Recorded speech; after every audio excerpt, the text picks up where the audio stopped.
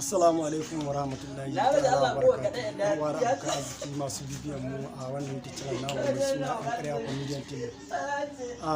Na farko muna fara godewa Allah mai kowa mai komai da nuna mana wannan lokacin da muke tare da ku.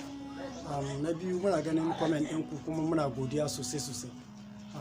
Zan so in ɗan sokaci akan wani bidiyo da ya ɗan trending kwanukan da aka ta comment daban-daban kowa na faɗin ra'ayinsa.